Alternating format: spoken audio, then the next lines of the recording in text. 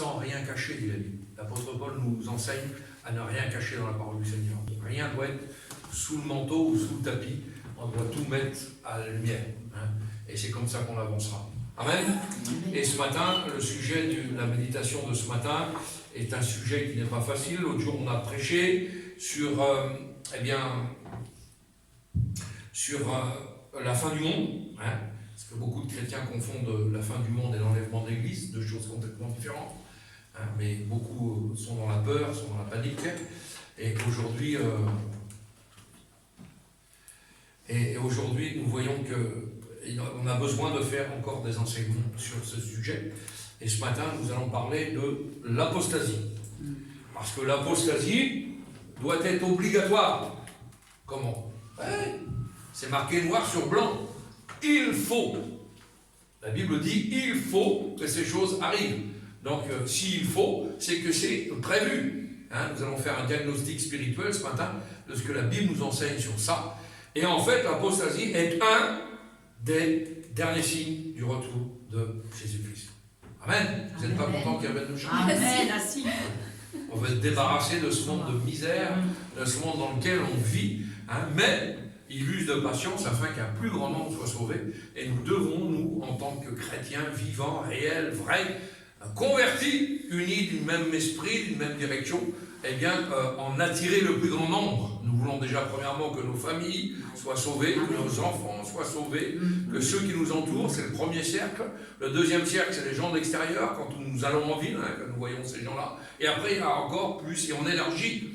Mais la Bible dit que d'abord, il a préconisé aux apôtres, allez d'abord à Jérusalem, avant d'aller ailleurs. Hein. Donc, il faut qu'on s'occupe de chez nous, avant d'étendre. Mais on doit néanmoins être des témoins vivants de la parole du Seigneur. Amen. Alors ce matin, on va prêcher sur l'apostasie. J'aimerais vous faire deux lectures. Une première lecture qui est dans le livre de 2 Pierre. On va aller dans le livre de 2 Pierre pour introduire le message. Hein. 2 Pierre 3, à partir du verset 1. Vous êtes avec moi ce matin? Oui, amen. Alléluia. Hein. Vous allez voir, ce n'est pas très compliqué ce matin. Mais on a besoin d'être enseigné sur la parole du Seigneur, sur des choses. Vous savez, il y a des choses qui nous surprennent aujourd'hui. J'ai été à une réunion pastorale de toutes les églises sur Rennes samedi dernier. Et bien sûr, j'ai mis les pieds dans le plat, bien sûr, comme d'habitude. Je demandais au Seigneur une direction. D'accord? Alors, il y avait toutes les églises de Rennes. Et je demandais une direction au Seigneur. Je dis surtout, Seigneur, ce matin, tu mets un mort à ma bouche. Hein. Parce que ça va être compliqué. Et donc, le frère qui a commencé à nous partager un texte nous a dit dans toute sa splendeur, je vais vous parler d'un texte sur les nouvelles Bibles que nous venons de faire éditer, qui sont des Bibles écuméniques. Ah ben je dis c'est merveilleux, et j'ai eu ma réponse tout de suite. Donc après, Robert de la Bonne Nouvelle m'a dit, tu veux dire quelque chose Christophe? Oui, je vais te dire quelque chose. C'est impossible de travailler ensemble. Impossible, nous n'avons pas la même doctrine. Amen. C'est impossible. Alors vous pleurez chacun dans vos coins qu'on n'est pas capable de mener des campagnes d'évangélisation ensemble, mais est-ce que vous vous êtes posé la question si c'était voulu de Dieu? Premièrement. Deuxièmement, le Seigneur ne peut pas mettre ensemble des choses qui ne correspondent pas. Nous sommes unis d'une même direction, d'une même pensée, nous sommes basés sur une même doctrine biblique. Pourquoi sortez-vous les textes? Alors bien sûr que dans cette pastorale, je le dis, il y avait le diocèse Intel, il y avait le truc muche, il y avait le curé bâtard et les machins. Ah vous voyez, je ne vous fais pas un speech. Et tout ça m'a conforté dans le message de ce matin, puisque dans les temps de l'apostasie, c'est exactement ce qui va se passer. Donc nous allons voir ensemble ce matin. Amen. Amen. Donc nous allons aller dans 2 Pierre 3, à partir du verset 1. On va faire la lecture ensemble. Alléluia. Voici déjà, bien-aimés, la seconde lettre que je vous écris.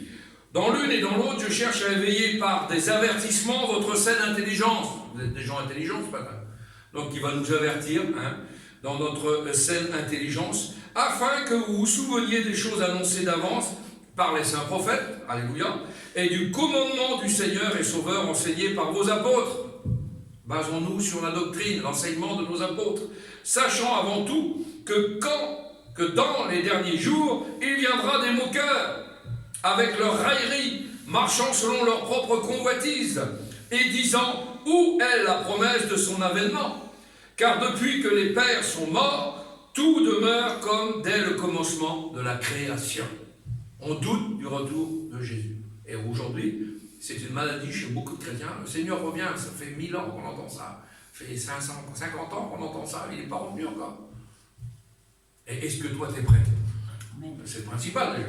Et un deuxième texte ce matin qui se trouve dans 2 Thessaloniciens 2, verset 3. Amen. 2 Thessaloniciens 2, verset 3. Que personne ne vous séduise d'aucune manière. Ah là, on va rentrer dans le vif du sujet. Car il faut, la Bible dit, car il faut que l'apostasie soit arrivée auparavant. Donc, c'est marqué noir sur blanc. Car il faut que l'apostasie soit arrivée auparavant et qu'on ait vu paraître l'homme du péché, le fils de la perdition. Amen. Seigneur, nous voulons te bénir, te rendre grâce, te dire merci ce matin pour ce message percutant que tu vas nous enseigner, parce que tout vient de toi, que mes mots soient tes mots, que mes pensées soient mes pensées ce matin, qu'il y ait une direction du Saint-Esprit sur nos vies, que nos cœurs ne soient pas trop durs, que nos cœurs ne soient pas fermés, que Seigneur, ta parole puisse découler dans notre esprit, dans notre être entier. Nous avons besoin d'être inondés, nourris par le pain du ciel, qui est la parole du Seigneur, la Bible, la doctrine, Seigneur. Nous avons besoin d'être des Béréens ce matin, de mettre cette écriture en pratique, de la comprendre, de la digérer, même si elle nous fait mal. Mais Seigneur, ce matin, nous devons être oui et amen avec ta parole. Nous devons être un avec ta parole. Nous devons marcher selon ta parole. Seigneur, nous voulons être des vrais disciples. Amen. Non pas des chrétiens d'étiquette autocollants, mais des vrais disciples de la parole du Seigneur. Et nous voulons marcher selon la sainte doctrine ce matin. Seigneur, percute les vies ce matin. Enrichis nos vies. Enrichis-moi premièrement. Amen. Seigneur, merci pour ce message. Merci pour ta parole. Et à toi seul la gloire ce matin. Amen. Amen. Merci, alléluia. Alors, la vitesse avec laquelle la fin est en train d'approcher actuellement, cette vitesse atteint maintenant des proportions indescriptibles. Indescriptibles. Tous les signes bibliques sont maintenant réalisés et accomplis, sauf un, le retour de Jésus. Amen. L'apostasie est l'avant-dernier, d'accord? Donc on est vraiment proche, on est d'accord? Sauf un. Du moins à un niveau hautement discernable et visible, il y a des signes apparents, des signes du retour de Jésus apparents. Ils sont déjà complets, cela, les signes apparents. Et il y a déjà de cela des années. Par exemple, vous prenez des chrétiens d'il y a 20 ou 30 ans en arrière, étaient certains que Jésus-Christ reviendrait bien dans les années 80, 90, 2000, quand c'était la guerre, ça y est, le Seigneur revient. Voilà, c'était dans leur esprit, ça. Et pour la plupart de nous n'avions pas perçu qu'il y a un tout nouveau niveau des signes que notre expérience et que notre compréhension de la Bible ne nous avait pas préparé à cette époque. Encore, à recevoir. Aujourd'hui, nous sommes prêts à recevoir tous les enseignements de la parole du Seigneur. Ces nouveaux signes sont très différents, et je dirais même imperceptibles par ceux et celles qui sont déjà pris actuellement dans l'apostasie actuelle. Pour faire changer quelqu'un de degré, de position, de but dans certaines choses, je vous prends un exemple, je reviens sur la pastorale le samedi, quelqu'un m'a coincé après, je ne vous dirai pas l'église que c'est, ils m'ont coincé après, et on m'a dit, de tout cœur, ce que tu dis, on dit Amen. Amen, de tout cœur, dans ce que tu as dit, c'est merveilleux. Mais nous, on ne peut pas se permettre de le dire. Je sais pourquoi. Vous ne pouvez pas vous permettre de le dire. Vous êtes menacé de mort? Eh bien, je dis, alors, que Dieu me pardonne, mais c'est les mots de la parole du Seigneur, c'est pas moi. Et je dis, tu liras ce que Ésaïe dit sur ses serviteurs de Dieu, là. Tu verras. Et Ésaïe les appelle des chiens muets, incapables d'aboyer. Il y a du danger dehors. Ben oui, mais nous, on se contente bien, on est dans un canapé spirituel, on est bien, donc on ne va pas prévenir du danger. La Bible les appelle des chiens muets, incapables d'aboyer. C'est pas moi qui le dis. Alors, comprenez que ça passe plus ou moins bien, mais néanmoins, j'ai dit ce que j'avais à dire. Soyons libres. Ne retombons pas sous le joug des hommes. La Bible nous a parlé de ça. Je vous ai enseigné là-dessus.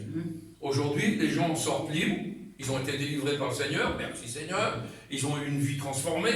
Ils ont accepté Christ dans leur vie. Ils sont engagés par les eaux du baptême. Et on retourne sous le joug des hommes. La Bible dit bien de nouveau sous le joug des hommes. Ça veut dire que dans certaines assemblées, on est de nouveau sous le joug d'un mouvement, sous le joug d'une assemblée, sous le joug d'un pasteur. Et si ça ne correspond pas, c'est pour ça que je vous invite à lire la parole du Seigneur. Là, vous ne vous trompez pas. Moi, je peux vous tromper. Ok? Si vous lisez la bonne nouvelle, la parole du Seigneur, vous aurez toutes vos réponses. Et si ça ne correspond pas à ce qui est marqué noir sur blanc dans la parole du Seigneur, fuyez. Amen. Vous avez le droit. Vous êtes libre. Réellement libre. Si la doctrine ne correspond pas, si vous voyez que ce qui est pratiqué dans les assemblées ne correspond pas, eh bien on va le voir ensemble. Ça correspond à la période pile de l'apostasie et des églises apostates. Amen. Amen. Alors ces nouveaux aussi sont très différents et je dirais même imperceptibles pour ceux et celles qui sont déjà dans l'apostasie actuelle. Apostasie. Ce mot est dans la Bible. Alors beaucoup disent, ah oui, c'est le refroidissement des églises. Ce qui est vrai. Mais c'est pire que ça. Et on va le voir ensemble. Ça vient du grec apostasis, en 2 mots. Apo veut dire loin d'eux. Loin d'eux. Apo, à l'écart. Et stasis, c'est l'action de poser quelque chose, de mettre debout quelque chose, de dresser. Ça parle de stabilité, ça parle de fixité, d'un état stasis. Apostasis, loin de la fixité. Vous comprenez le mot? Je le traduis comme je peux. C'est loin de quelque chose d'être stable. Vous comprenez? On n'en veut plus. Loin de l'état de départ. C'est ça que ça veut dire. Loin de ce qui avait été mis debout au commencement. C'est ça que ça veut dire. L'apostasie, cela veut dire repousser. Cela veut dire rejeter. Qui a fait le nom en français? Apostat.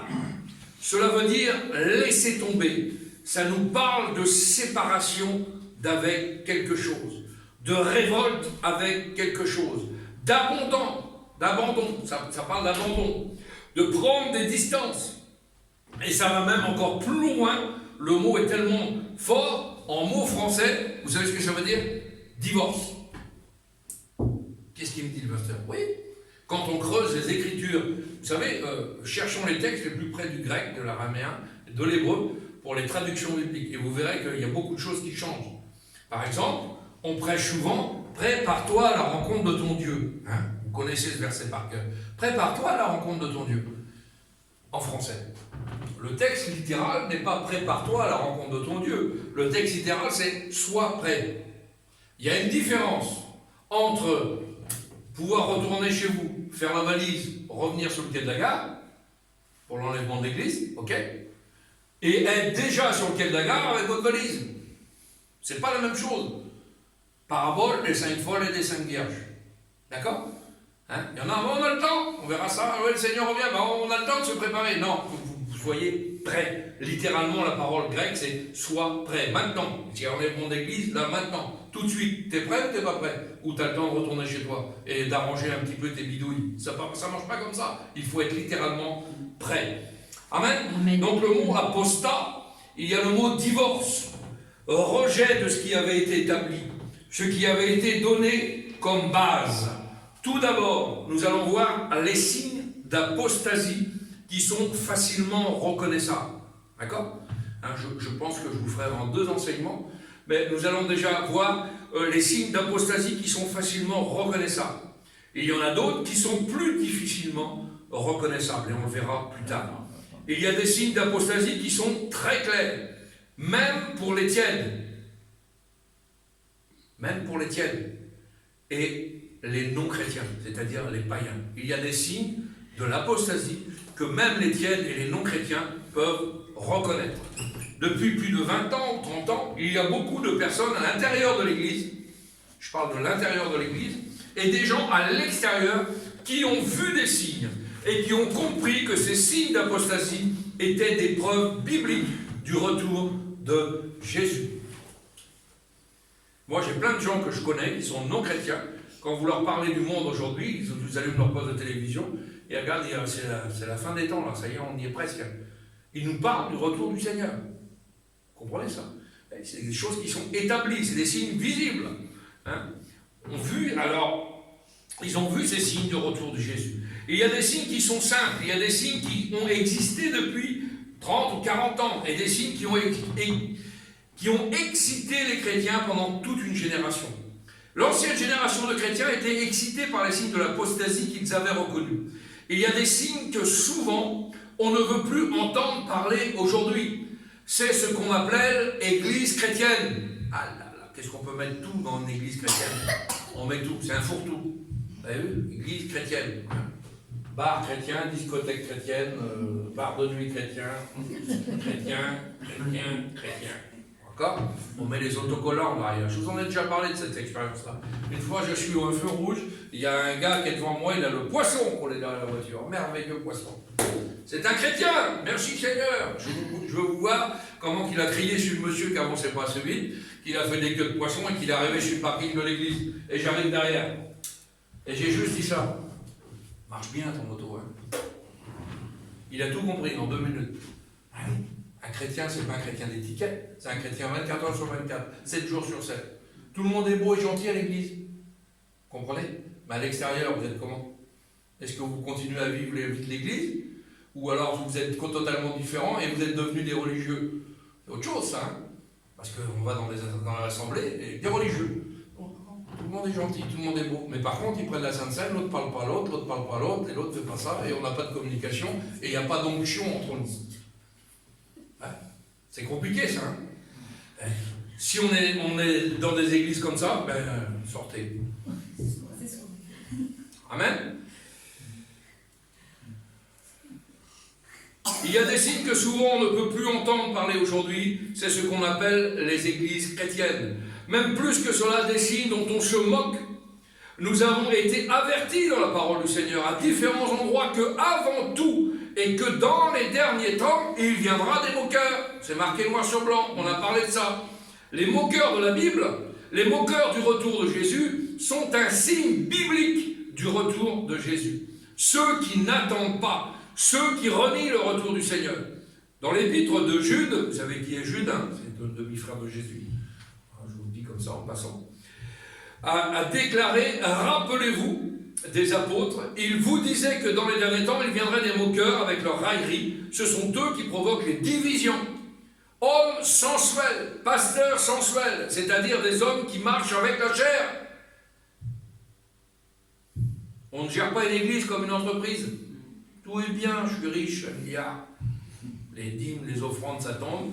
Hein, tout est bien, on a du beau mobilier, on a des canapés maintenant, des canapés spirituels, les gens ils dorment dans les salles, tellement que c'est confortable.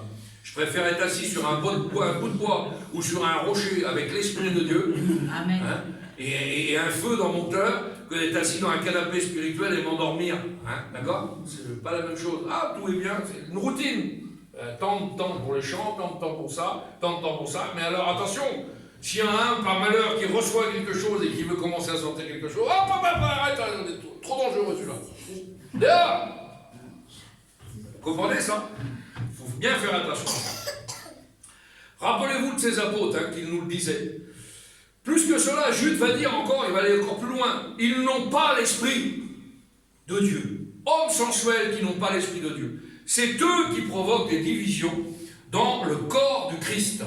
Tout d'abord, il y a des signes généraux, du retour de Jésus. Rappelez-vous que depuis 1948, alors je vais vous faire un petit peu d'historique, depuis 1948, la naissance de la nation d'Israël est un signe prophétique. Ça va? Fulgurant. 14 mai 1948, le drapeau de l'étoile de David a flotté sur la ville de Jérusalem. Dieu, à cette époque-là, venait de tourner une page prophétique. Dieu venait d'avancer les aiguilles vers minuit sur l'horloge du monde.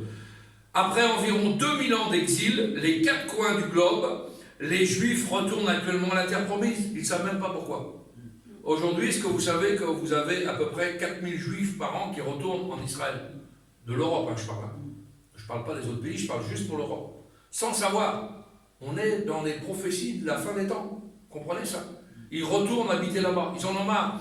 Et les krachs boursiers, c'est lié, parce que généralement, on a assez critiqué les Juifs pour ça, mais c'est des gens qui sont commerçants, qui sont banquiers, qui sont ce que vous voulez, donc ils partent avec leur fortune. Et c'est le krach boursier. Tout s'écroule, l'économie s'écroule, parce qu'ils repartent là-bas. Est-ce que vous savez qu'en ce moment en Israël, on est en train de refaire une vallée, qui est comme la vallée aux États-Unis, vous savez où on met tous les hommes d'affaires.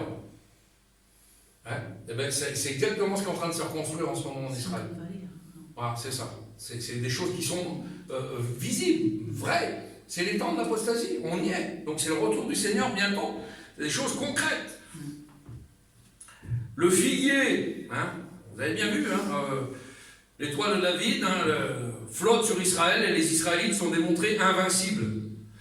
Et il y a des signes dans la Bible, comme contre une myriade d'ennemis. Ils ont gagné toute leur guerre, Israël, que vous vouliez ou que vous ne vouliez pas.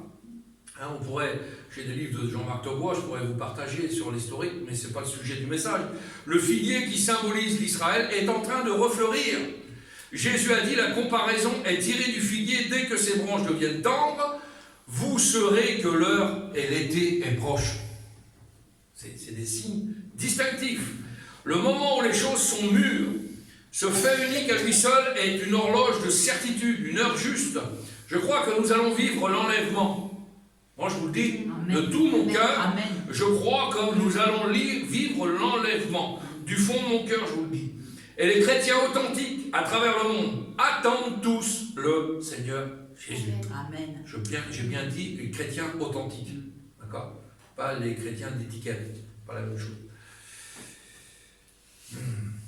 Je suis dur, hein? Ce qui correspond aussi à la parole de Dieu, puisque tous les chrétiens sont avertis. Le Saint-Esprit nous rappellera toutes ces choses. Alléluia. Il y a aussi des signes dans les événements de la nature. Les événements de la nature se précipitent. Hein, on le voit, nous voyons que le monde naturel est en train de tituber vers une direction et un sens étrange.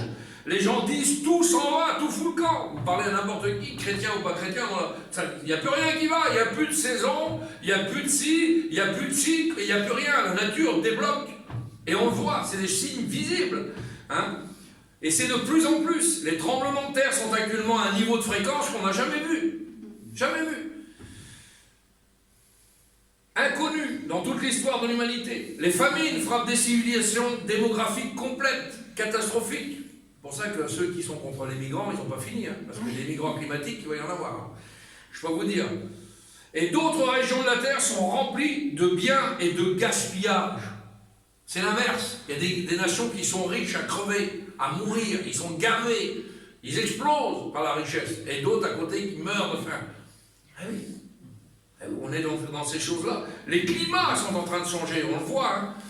La température est en train de varier. On ne peut plus rien prédire. Les maladies infectieuses se multiplient, on est en plein dedans. Les guerres et les bruits de guerre sont clairement hors de contrôle. Les éléments de la nature nous parlent d'un jugement imminent. Imminent. Tout cela nous parle, nous alerte que la fin est proche. Il y a aussi évidemment la mondanité qui grandit à l'intérieur de l'Église. Là, je viens à mon sujet. Amen. La mondanité qui grandit à l'intérieur de l'Église. On a des églises mondaines. Aujourd'hui, c'est plus le monde qui doit se référer aux églises comme un phare en étant quelque chose de spirituel. Non, le monde est entré dans les églises. Donc on a des églises mondaines avec des chrétiens mondains. Vous comprenez ça? C'est quelque chose de terrible. La mondanité qui grandit à l'intérieur de l'Église. L'Église qui auparavant était un monde à part, était un monde pur, un monde purifié, un monde sanctifié. Maintenant, la mondanité est en train de grandir comme un cancer qui va de plus en plus aller vers la mort de la personne. Cela est en train de grandir à l'intérieur de l'Église. Ce que nous appelions auparavant la mondanité est en train de céder la place à une autre chose que l'on appelle l'apostasie. C'est terrible. La mondanité, c'est l'amour pour le monde. L'amour pour le monde. L'Église qui s'appelle Église en train de dormir à la dernière heure. C'est ça qu'on veut parler. L'Église qui est en train de dormir littéralement. Et le contraire de ça, eh bien, il faut avoir des églises réveillées. Aujourd'hui, on a des églises qui dorment. Pourquoi? Parce qu'on étouffe trop de choses. Il n'y a pas de demi-milieu. Ou bien vous dormez, ou bien vous êtes réveillé. Si vous dormez, vous dormez. Si vous êtes réveillé, vous êtes réveillé. On ne peut pas être à moitié. L'Église est en train de dormir à cause de la mondanité. L'amour pour le monde est en train de détourner les personnes de Jésus-Christ. L'amour pour le monde fait dériver quelqu'un de la Bible. L'amour pour le monde apporte un amour tiède pour Jésus. Et rappelez-vous de ce verset. Les tièdes, je l'ai littéralement de la bouche du Seigneur. Alors, je m'excuse, hein, je vais peut-être vous dire quelque chose qui va vous choquer, mais je le dis souvent à des inconvertis, à des gens qui ne connaissent pas Dieu, qui viennent me voir et qui regardent les exemples de chrétiens dans leur famille. Si c'est pour être pour lui comme lui, là, je préfère rester dans ma position. Et ils n'ont pas tort. Parce qu'ils ont des mauvais exemples devant eux. Donc, si c'est pour être comme eux, là, ça ne m'intéresse pas. À l'église, là, ils prient, ils chantent, ils louent le Seigneur, et quand il sort, il fait les 400 coups. Il n'est pas converti. On est scruté à la loupe. Hein. La Bible dit que nous sommes lus comme des lettres. D'accord? C'est visible aux yeux de tout le monde. Vous croyez qu'un inconverti ne voit pas notre façon de vivre, il ne voit pas notre caractère, il ne voit pas notre façon de faire. Mais si on n'a pas de différence avec ceux du monde, il va dire, si c'est pour être religieux comme lui, là, ça ne m'intéresse pas. Vous comprenez? Nous sommes, et je vous ai prêché là-dessus, le sel de la terre. Et nous devons donner soif à ceux qui nous entourent. Mais soif de quoi? Il ne faut pas qu'on soit des sources de malédiction pour ceux qui nous entourent, mais des sources de bénédiction. Une source, c'est le commencement de quelque chose. Vous avez prêché là-dessus. On doit être des sources pour ceux qui nous entourent, des sources de bonnes choses. Amen. Jean l'apôtre a crié aux quatre coins du monde, n'aimez pas le monde ni les choses qui sont dans le monde. Si quelqu'un aime le monde, qu'est-ce qu'il dit, l'apôtre Jean? L'amour du Père n'est pas en lui. C'est important ça. Si quelqu'un aime le monde, l'amour du Père n'est pas en lui. Personne n'ira au ciel s'il n'a pas l'amour du Père en lui. C'est impossible. L'Église en train de dormir, c'est ça.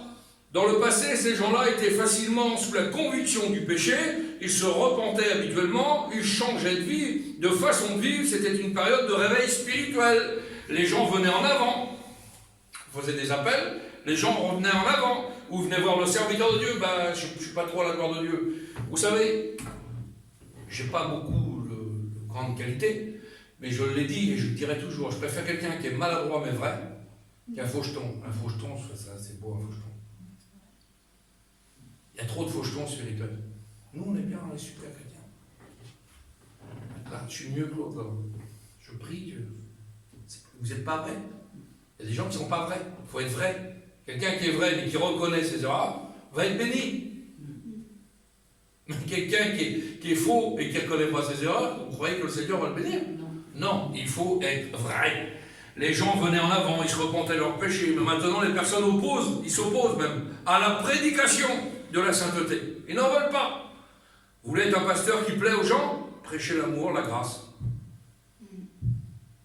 Quand vous commencez à attaquer la sanctification, il est dur, il ne faut pas l'écouter. Trop dur, trop vrai. Par contre, Jésus t'aime, Jésus sauve, Jésus guérit, pas de problème. Pas de problème. Mais si vous dites, attention, il faut faire ça, il ne faut pas faire ça, il faut être comme ça, on va dire, ah là là là là là, elle est trop dur, on ne veut pas l'entendre. Alors on zappe. Ils n'en veulent pas. Ils ont le front de s'opposer à la parole de Dieu. Maintenant, ils changent simplement d'église. C'est le tourisme évangélique. L'autre, elle est plus confortable avant, il y a des gros fauteuils. Je suis bien avec gros fauteuils. Je suis bien. Il y a plein de monde. Merci Seigneur s'il y a plein de monde. Mais je vous le dis, je préfère avoir 10 cœurs pleins que 200 chaises vides. Amen. Les gens ne sont pas vrais. J'ai prêché à Mulhouse, 3000 personnes. Vous croyez que dans les 3000 personnes, ils ont tous un cœur pour Dieu? Merci Seigneur s'ils l'ont. Je ne dis pas qu'ils ne l'ont pas. Mais il faut faire attention à ça. C'est pas parce que la loi, dans les derniers temps, on va y venir, dans l'apostasie, c'est le pouvoir de la chair. S'il y a 300 personnes, c'est que c'est une église vraie. S'il y a 500 personnes, c'est que c'est une église. Il y a du monde. Et vous y allez pourquoi? Pour avoir une communion avec Jésus, pour voir du monde. Parce que si vous voulez aller voir du monde, vous allez au marché des listes le samedi matin. Et puis vous êtes le dimanche, vous pouvez dormir. Vous comprenez? Et puis là, vous verrez du monde. Non, c'est pas comme ça que ça fonctionne. Alors ils ont le front, de s'asseoir plus confortablement et puis de s'opposer à la parole du Seigneur. Maintenant, nous avons beaucoup de prédicateurs prêts à aller à satisfaire la tolérance. Beaucoup de prédicateurs satisfont la tolérance, la complicité, la complaisance. Alors les mêmes personnes demeurent dans leur péché. Eh oui, vous n'allez pas sauver quelqu'un si vous ne lui dites pas où il est le mal. Imaginez que demain vous avez un bobo, vous êtes coupé là, vous allez à l'hôpital et vous allez voir le médecin, je me suis coupé là, ouais, ben, je vais vous soigner le pied, moi. C'est un mauvais docteur. Et malheureusement, j'ai eu des gens qui sont passés là, que le Saint-Esprit a permis que je dévoile leurs péchés, pas devant tout le monde, vous avez compris, hein, en les prenant à part. On les a tous jamais revus. Puis ils ont fait une autre église, parce qu'ils croyaient que c'était peut-être mieux là-bas. Et puis l'autre église, ça leur correspondait, parce que le pasteur était dans la même situation qu'eux. D'accord? Donc, il ne va pas prêcher sur le péché que lui-même pratique, vous avez bien compris? Ben alors on est caché là-bas, on est bien. On est dans une bonne réunion, une belle salle, Ouais. Mais sauf que malheureusement, quand tu es poursuivi par le Seigneur et le Saint-Esprit, tu ne peux pas te cacher. Donc, il y a un frère de passage qui a été invité là. Et puis il a mis les pieds dans le plat, bam, encore eux. Ah non, alors on rechange d'église, Et aujourd'hui, parce que j'ai des nouvelles, ces gens-là ne vont plus du tout à l'église. Ils sont chez eux, tranquilles. Elle donne le Sainte Seine à son mari le dimanche, et puis lui, il donne la Sainte Seine. Puis on regarde le Schmitt à la télé. C'est mieux comme ça. La communion avec les frères et sœurs, elle est où? Vous comprenez ça? Ah oui, hein. Ça, c'est les temps de l'apostasie. Maintenant, nous avons beaucoup de prédicateurs prêts à aller satisfaire la tolérance, la complicité, la complaisance. Alors, ces mêmes personnes demeureront toujours dans leur péché. L'amour du monde, a dit le pasteur de Jérusalem, Jacques, il l'a dit, est inimitié contre Dieu. On ne peut pas. La mondanité est quelque chose de terrible, mais l'apostasie est un cran encore plus loin. L'apostasie, c'est s'éloigner totalement de la vraie foi. Et si je m'éloigne de quelqu'un et je m'approche, si je m'éloigne de toi, c'est que je m'approche obligatoirement de quelqu'un d'autre. Est-ce que vous comprenez ça? Donc, si je m'éloigne de quelqu'un, je m'approche obligatoirement de quelqu'un d'autre pour passer à un autre évangile. Plus light, plus zen, et plus cool, celui-là. Hein? Vous comprenez? Ah là là, celui-là, il ne dit pas la vérité, c'est bien, ça m'arrange. Parce que ça n'a pas de quoi la gratter, vous comprenez? Hein? C'est ça. Alors je m'approche d'un autre évangile. Parce que l'on veut rester religieux. Vous comprenez bien quelqu'un qui vit l'apostasie, qui est dans une position apostat, eh bien il veut rester religieux, lui, il n'y a pas de problème. Hein. Moi je suis un bon chrétien quand même, hein, vous comprenez? Alors on veut rester religieux, on va avoir l'apparence, on va avoir l'extérieur. Hein. On ne veut pas passer pour un païen, surtout pas. Non, on est des chrétiens, vrai. On ne veut pas passer pour quelqu'un qui a laissé tomber les choses de Dieu. Non, non, non. Ça ne marche pas, ça. Alors là, eh bien, on va à un autre évangile. Et la personne se revêt d'un vêtement de respectabilité pour passer à un autre évangile. L'apôtre Paul parle de cela aux Galates. Hein? Et il va dire, je m'étonne, regardez ce que dit l'apôtre Paul, je m'étonne que vous vous détourniez si rapidement de celui qui vous a appelé pour passer à un autre évangile. Tout est marqué noir sur blanc, la parole du Seigneur. Il n'y a pas besoin d'avoir fait des grandes études, hein? C'est surtout pas mon cas en plus. Mais c'est très facile à comprendre, vous comprenez? Ah, je m'étonne. Donc ces cas de figure-là existaient déjà. Non pas qu'il y a un autre évangile, mais il y a des gens qui vous troublent et qui veulent renverser. Renverser, c'est le mot pervertir, hein, en grec. Ils veulent renverser. C'est le mot skéros en grec, qui a fait sclérose. Je ne sais pas si vous imaginez un petit peu, qui veulent tordre l'évangile de Dieu. Paul va dire, même si quelqu'un vous annonçait un autre évangile que celui que nous vous avons prêché, que cette personne soit anathème. Et anathème en grec, ça veut dire maudite. Si vous accrochez à quelqu'un qui vous prêche un autre évangile, si demain je dévie de la parole du Seigneur, je veux que j'ai un frère qui vienne me voir, qui me foute un coup de bâton à la tête. Oh, reviens dans les clous. Mais aujourd'hui, on ne veut plus l'accepter, ça. On est sûr, ça se passe bien, l'entreprise. Je reviens sur la pastorale. Je ne dirai pas son nom, vous allez le reconnaître. On me dit, tu vas évangéliser toi? Oui. Ouais, moi je vais évangéliser, toi? Oui, ok, bien. Moi, non. Pourquoi? J'ai une grande église. Je suis bien. Moi, chez moi, c'est un bateau spirituel. Les gens viennent, ils ressortent, tout est bien, j'ai pas besoin de rien. Ah bon? Donc, tu ne vas pas convertir les âmes, tu ne vas pas arracher les âmes du feu. Oh là là, oh là là, comment veux-tu qu'on travaille ensemble, mon frère? C'est impossible. C'est impossible. La Bible dit dans les derniers temps, contraignez-les à rentrer. Voilà. Alors déjà pour nos familles, vous comprenez, c'est déjà compliqué. Mais si on se contente, ben, on est bien. 300, 500 personnes. En plus, on se dégage en chaleur. Vous comprenez ça? Eh bien, on a une bonne place. Et aujourd'hui, on voit que dans certaines fédérations, on voit que dans certaines assemblées, c'est la place qui compte. Vous comprenez ça?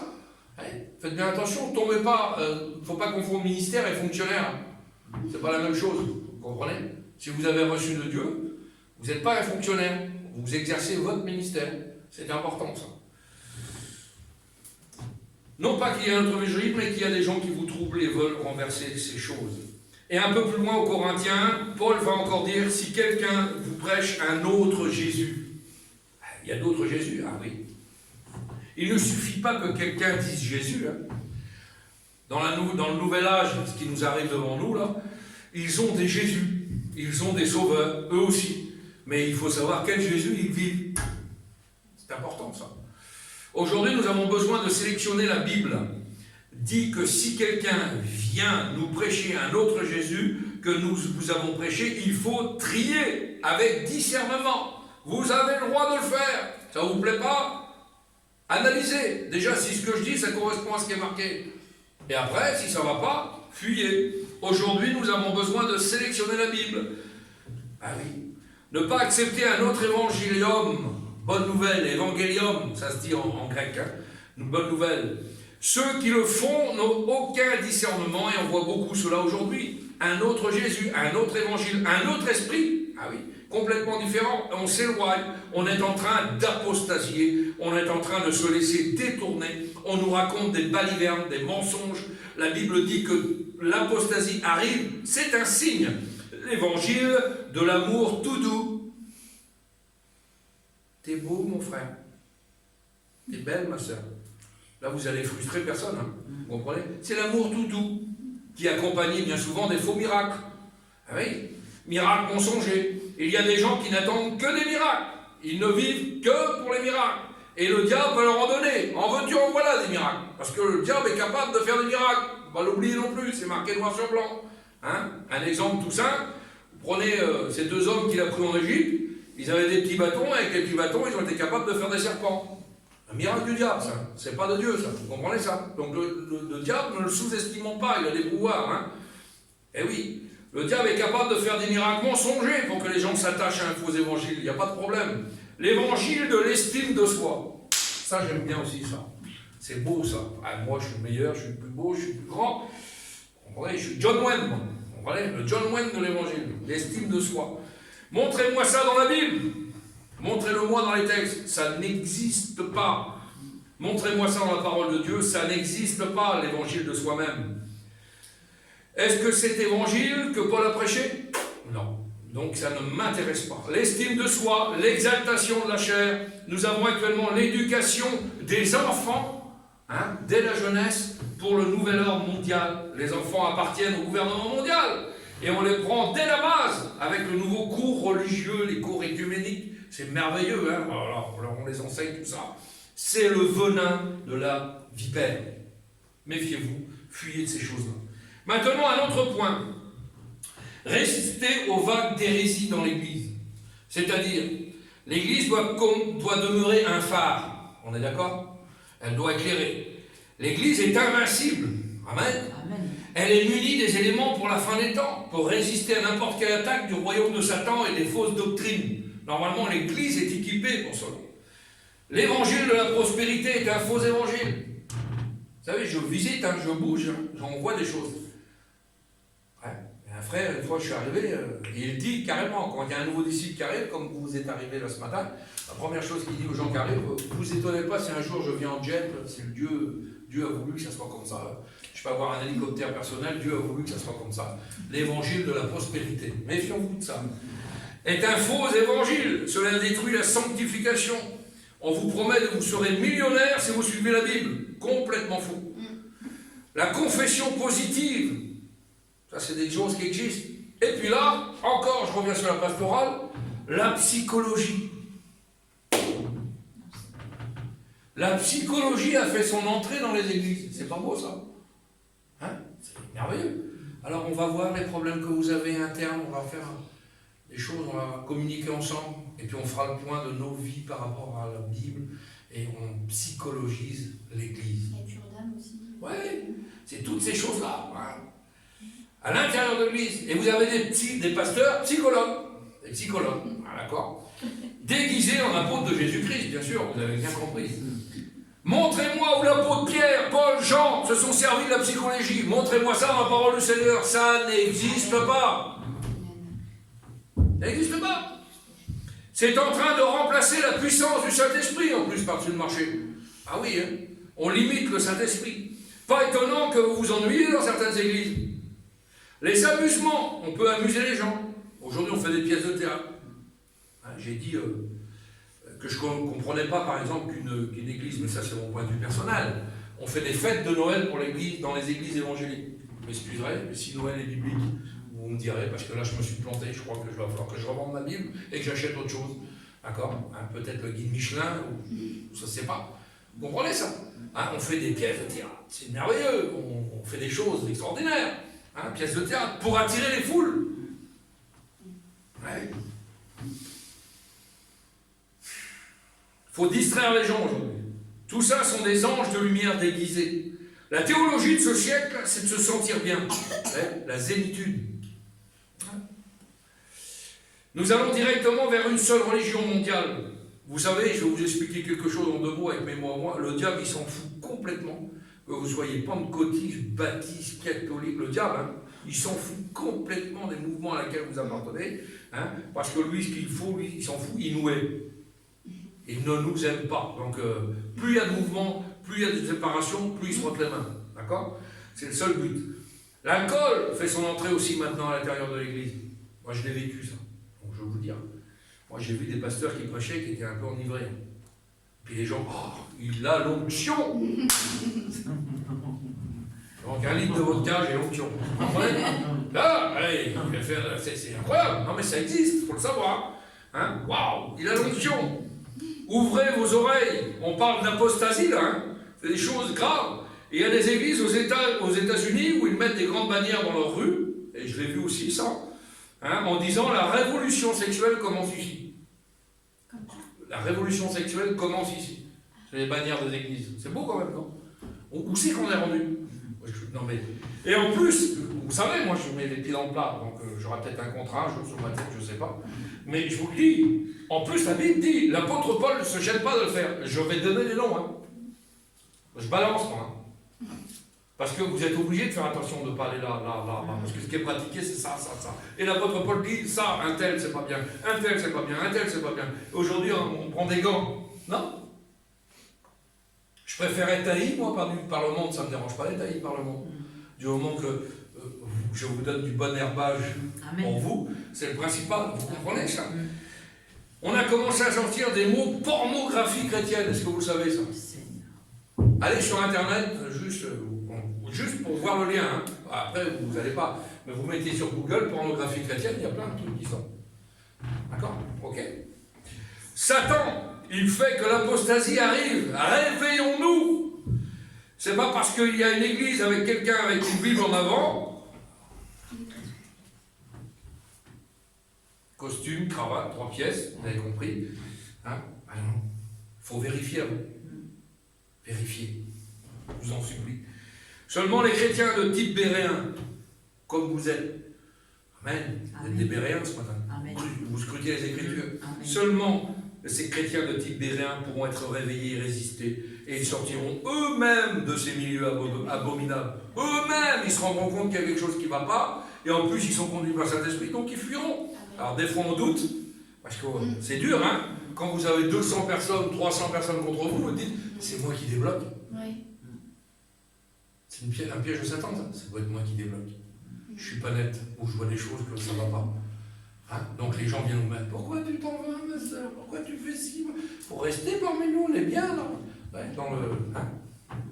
T'es en famille ici. Ouais, quelle famille? Faites bien attention à ça.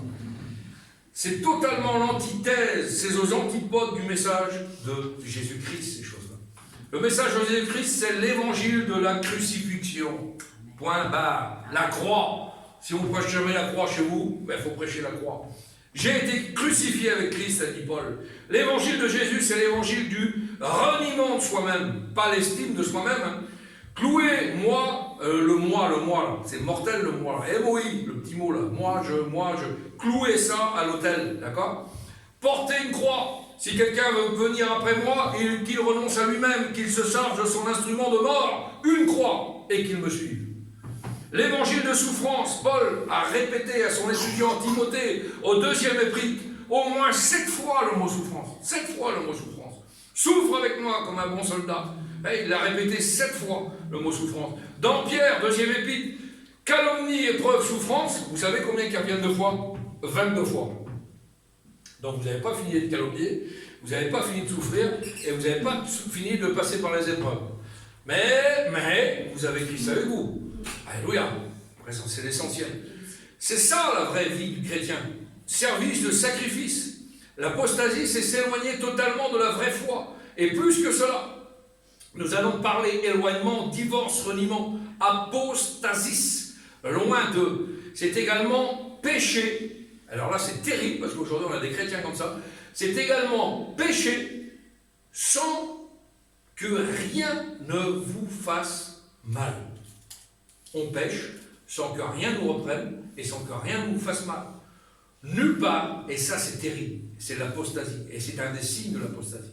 Sans aucun remords. Je vous donne un exemple concret. C'est une jeune fille qui va venir à l'église, enceinte, bien sûr, et qui va dire à son pasteur, « Vous avez vu, pasteur, j'attends un garçon !» Pas d'homme, pas de mari, pas de fiancé, rien à l'horizon. C'est ça l'apostasie. On vient, tout est bien. Aujourd'hui, pourquoi certaines fédérations, pourquoi je suis parti de certaines fédérations? Je reviens encore sur la pastorale, vous m'excuserez, mais il y avait des fédérations qui étaient là, qui ont accepté le mariage pour tous. Il y a un service dans une église à Rennes où je connais, voilà.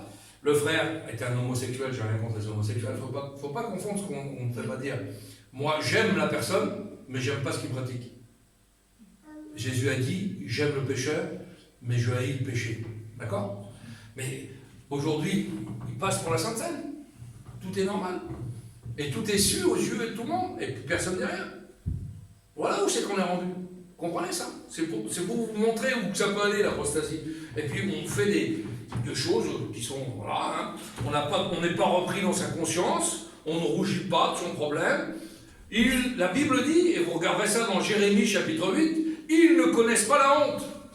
Vous imaginez un petit peu? Ils ne connaissent plus la honte. Ils ne sont pas repris. Donc ils ne connaissent plus la honte. Et on va, dans n'importe quelle condition. Il y a beaucoup d'autres signes du retour de Jésus-Christ. Ces derniers suffisent pour ce message. Il y a une époque où on pouvait prêcher ces évidences si frappantes et claires, et vous aviez une moisson d'âme. Mais aujourd'hui, il y a très peu d'intérêt quand vous prêchez ça. Un exemple parmi tant d'autres. J'ai été surpris que certains frères m'ont dit on va voir Bénim. Ah bon, vous êtes parti voir Bénim? Ok, vous êtes des pasteurs évangéliques. Ok. C'est qui ça? Bénim, alors tu vas sur internet, tu vas le voir, c'est un américain qui ressemble à comment celui qui faisait des trucs comiques là, à un moment là. Et en fait, c'était tombeur, des souffleurs. Bénim, j'ai lu ses enseignements, parce que moi j'aime bien savoir de quoi on parle. D'accord? Sur la nouvelle naissance, pour lui, être né de nouveau, pour Bénim, hein, je vous dis, c'est quand même quelque chose d'extraordinaire. Pour être né de nouveau, c'est un autre être spirituel qui saute dans votre corps et boum, vous êtes né de nouveau. Et bien pour moi, ça ressemble fort à une possession, tout ça. D'accord?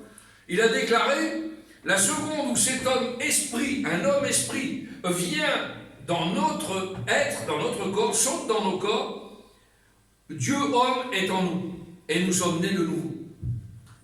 Alors vous allez trouver les enseignements là si ça correspond.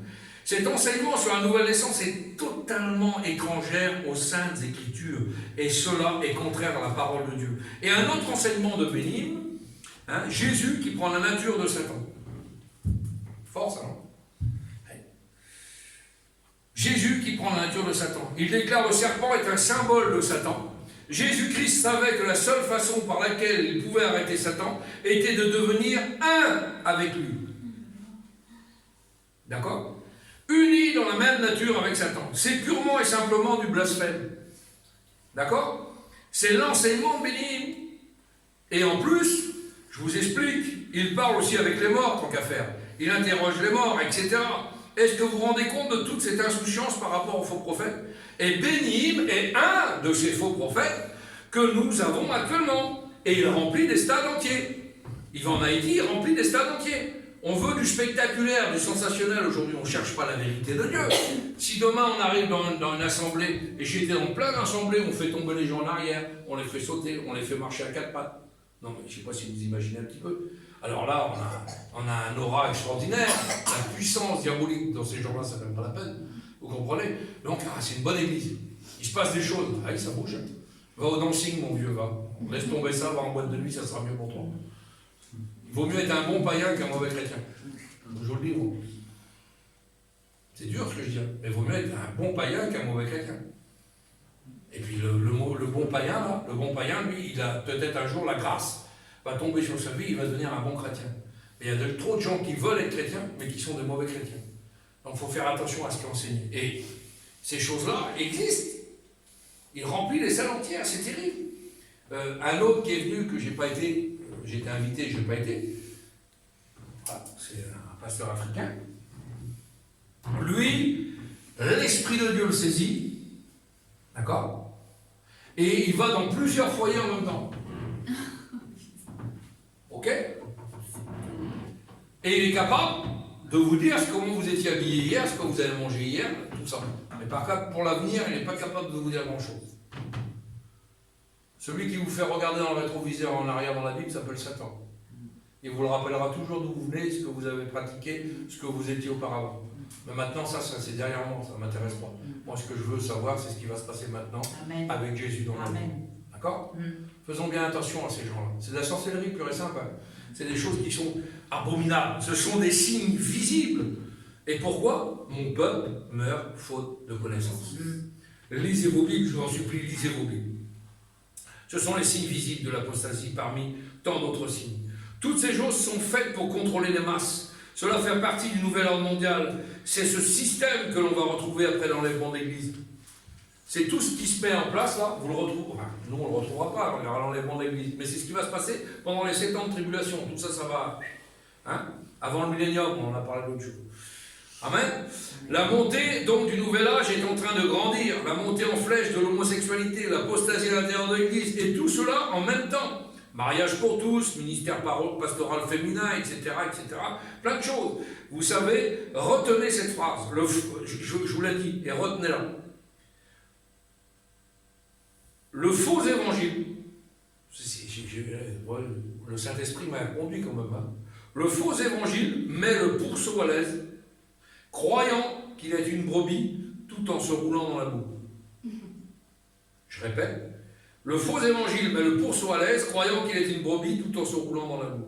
C'est pour cela que le mot apostasie, plus fort que le refroidissement des églises, qui veut dire littéralement écarté de, vous savez comment on dit le mot divorce en grec, vous savez comment on le dit? On dit biblium apostasio. Ça va loin le mot apostasie. C'est divorce. On renie ce qu'on était. Vous savez, la Bible dit, hein, si un chien retourne à ce qu'il a vomi, pas bon ça. Hein. Lettre d'apostasie, séparation, repoussée, révolte, abandon, laisser tomber. Judas Iscariote était un apostat. D'accord? Ben oui. Démas était un apostat. Quelqu'un peut prêcher la parole de Dieu pendant des années. Quelqu'un peut avoir tenu la Bible pour vérité pendant des années. Et puis un beau jour, il dit, moi c'est terminé. Et je préfère les lumières de Thessalonique. Hein, Démas, c'est ce qu'il a fait. Il a préféré les lumières du monde. Il est retourné au monde. Et pourtant, il avait prêché la parole du Seigneur. Chers amis, nous jouons avec quelque chose de très grave actuellement. Et les chrétiens qui ne sont pas conscients et qui dorment et qui avalent les hérésies nous avons des signes de l'apostasie non reconnaissables pour le monde incrédule. Évidemment, les incrédules à l'intérieur de l'Église, il y en a plein. Et ces signes-là sont d'un tout autre style, d'un esprit totalement différent. Et un jour, on a un air plutôt intellect. Aujourd'hui, on a l'intellect aussi qui rentre en ligne de compte. Il y a des gens qui ont voulu m'embrouiller l'autre jour par des choses intellectuelles. On va essayer de nous faire comprendre la Bible. Vous savez, la théologie, c'est très très bien. Il faut en faire pour avoir une base de connaissances. D'accord ? Mais j'ai un copain, moi, qui était théologien, qui a fait des cursus, des masters de théologie, et aujourd'hui, il n'est même plus chrétien. Parce qu'il ne sait même plus si Jésus est mort sur la croix, si c'est pas un autre, s'il n'a pas été marié, si ceci, si cela. Vous imaginez où on est rendu? Et c'est biblique, ça aussi. Bien sûr. La parole peut devenir... Bien sûr, bien sûr. Alors, il faut bien faire attention à ces choses-là. Hein? Là, je vous ai parlé de la partie visible, et je vais m'arrêter là, parce que j'ai trop long de choses. Mais il y a des parties invisibles de l'apostasie aussi qui se passent. Mais c'était pour vous mettre en garde. Hein? Je ne sais pas si la parole du Seigneur vous a parlé par rapport à ce matin, sur les signes du retour du Seigneur. Le Seigneur est proche. Ces choses-là sont vraies, véridiques. Et je vous dis, ce matin, j'avais un esprit de tristesse sur moi en venant ici par rapport à ce message-là. Parce que je dis, comment? Je ne parle pas de chrétiens. Les chrétiens, des fois, sont manipulés. Vous comprenez? Mais je dis, comment des frères qui se revendiquent de Dieu, qui ont des assemblées, qui disent, Seigneur, on est conduits, on est des pasteurs, on se revendique ci, on se revendique ça. Même des théologiens, des docteurs de la Bible, des enseignants, mais qui sont à côté de la plaque.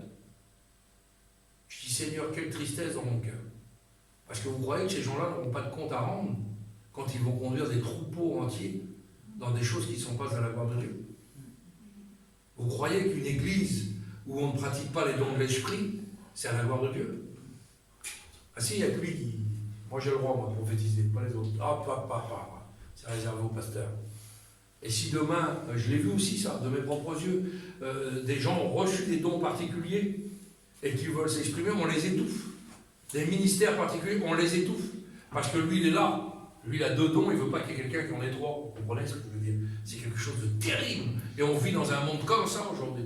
Et on enseigne les chrétiens dans des fausses doctrines. On enseigne les chrétiens à la dérive. Alors oui, Jésus est amour. Jésus veut sauver. Jésus veut guérir. Il n'y a pas de problème. On l'expérimente, on le sait, on le connaît. Mais Seigneur, éclaire nos vies. Amen. Fais-nous comprendre, Seigneur, ce matin, quel est ton vrai chemin. Il n'y a qu'un seul chemin. La Bible dit un seul chemin. Pourquoi tu vas passer par New York pour arriver ici? Non, il n'y a qu'un seul chemin. Un seul chemin, une seule doctrine, un seul enseignement. Et c'est l'enseignement de la parole du Seigneur. Amen. Amen. On prie le Seigneur. Merci.